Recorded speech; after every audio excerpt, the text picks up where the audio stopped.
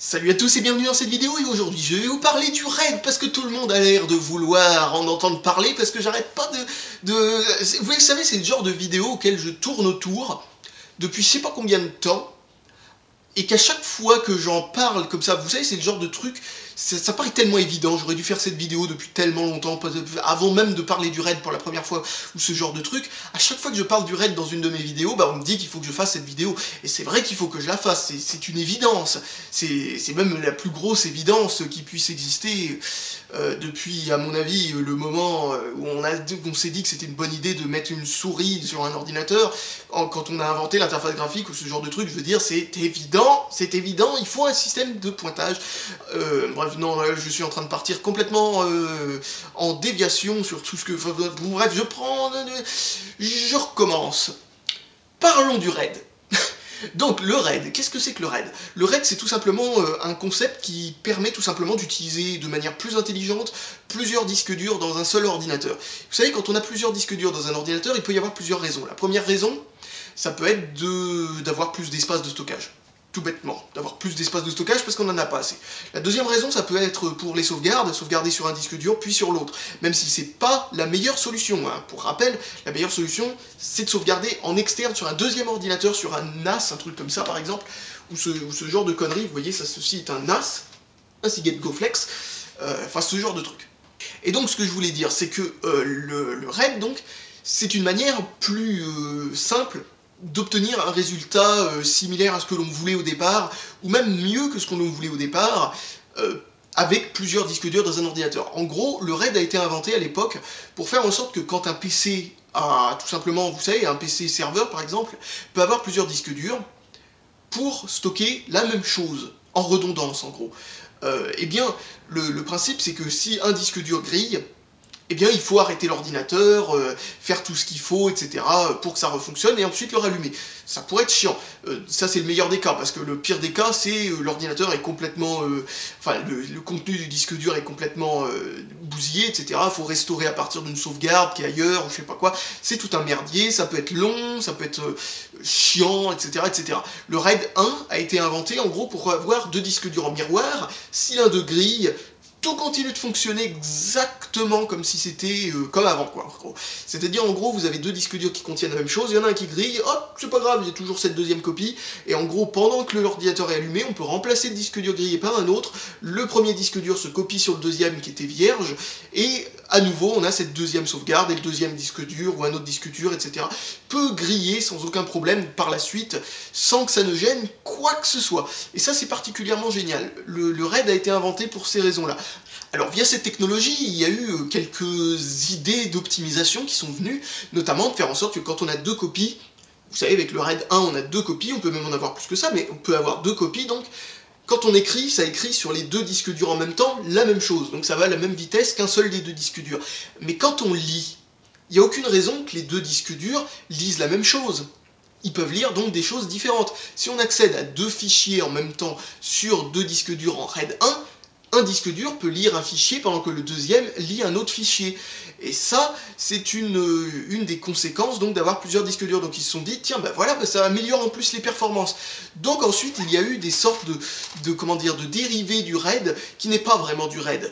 Notamment le fait de pouvoir avoir le RAID, ce qu'on appelle le RAID 0. Qu'est-ce que le RAID 0? C'est utiliser deux disques durs, mais au lieu d'avoir une copie d'un des disques durs sur l'autre disque dur, les deux disques durs contiennent l'intégralité de ce qu'ils peuvent contenir théoriquement, c'est-à-dire qu'avec deux disques durs de 1 Teraoctet, nous avons un espace de 2 Teraoctets, et non pas un espace de 1 Teraoctet qui est copié en double.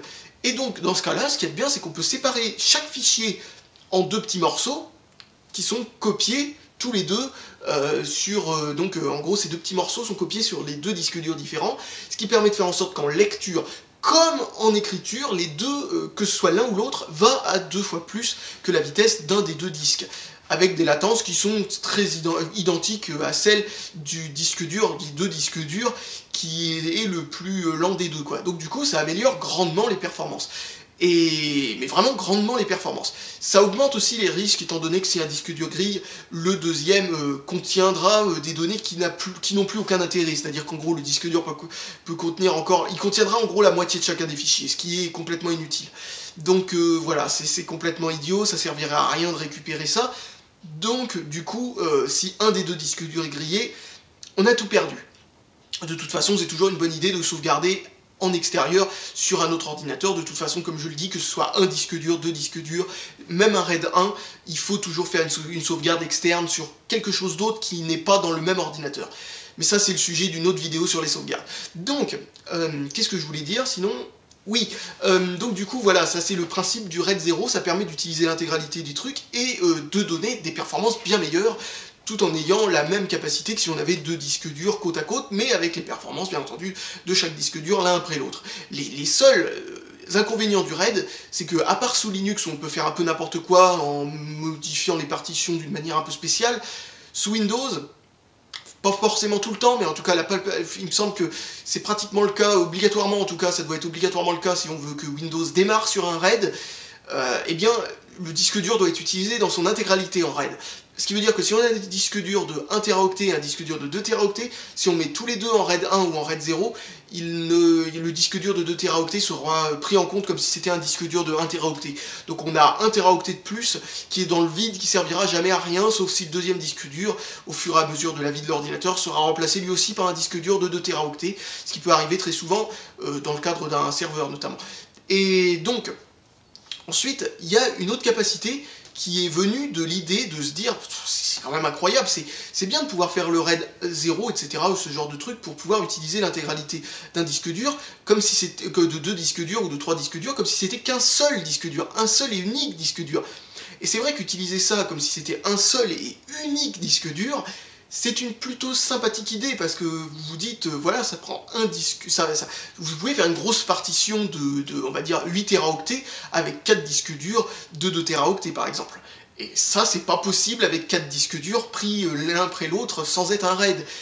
Mais si on veut qu'il y ait une grosse partition de 3 Teraoctets par exemple, avec un disque dur de 1 Teraoctet et un disque dur de 2 Teraoctets, et qu'on s'en fout des performances, que c'est pas ça qui t'intéresse, et ben il y a le JBOD, JBOD, qui veut dire Just a Bunch of Disks, qui veut dire tout simplement juste un tas de disques, tout simplement.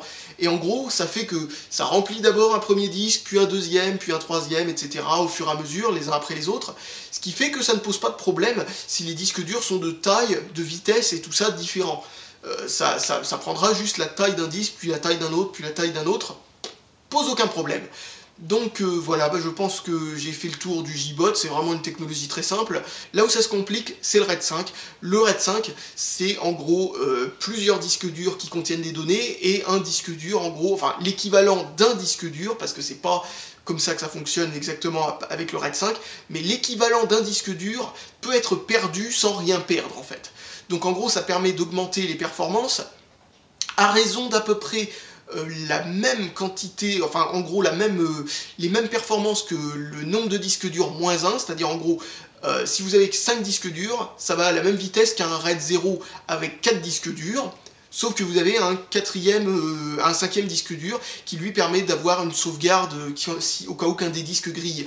Le seul truc, c'est que, bon, je vous ai dit que ça vous donne les mêmes performances que le RAID 0, mais le RAID 0, lui, n'a pas besoin de calcul au niveau du processeur. Le RAID 5, lui, a besoin de calcul pour recréer les données, pour les écrire et tout ça. Donc en lecture, les performances sont quasi identiques, voire identiques à celles d'un RAID 0 avec un disque de moins que le RAID 5. Mais en écriture, par contre, les performances sont limitées par la vitesse du processeur. Donc si vous avez un processeur qui en gros est pas occupé du tout à part par la copie d'un fichier, ça ira à la vitesse maximum aussi rapidement qu'avec un RAID 0.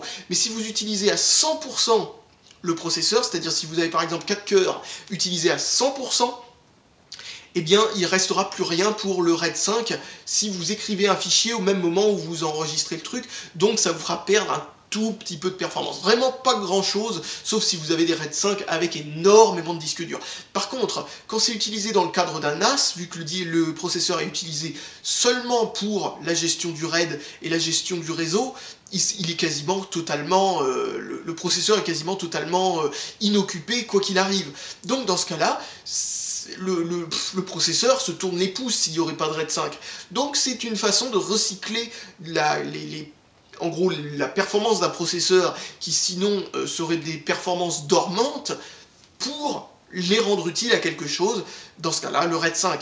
Donc voilà, et puis le RAID 6, donc ça c'est la même chose, mais avec la possibilité de pouvoir faire griller 2 disques durs ou de retirer 2 disques durs tout en conservant les données, alors que le RAID 5, que vous ayez 3 disques durs ou 22, il n'y en a qu'un seul qui grille, ça fonctionne, s'il y en a 2 qui grillent, tout est mort. Le RAID 6, vous pouvez en avoir 4, comme vous pouvez avoir 22 disques durs. S'il y en a 2 qui grillent, s'il y en a 1 ou 2 qui grillent, vous avez toujours vos données, mais s'il y en a 3 qui grillent, c'est mort.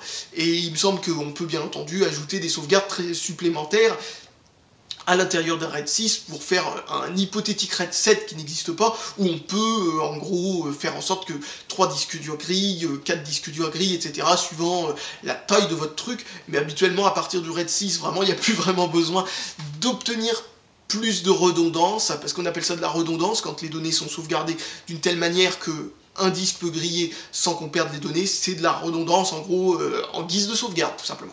Donc voilà, je pense que j'ai plus rien de spécial à ajouter sur le RAID, j'espère vraiment, même si j'en suis pas convaincu, vous avoir enlevé les points d'interrogation qui étaient au-dessus de votre tête, et je vous dis salut à tous et à la prochaine.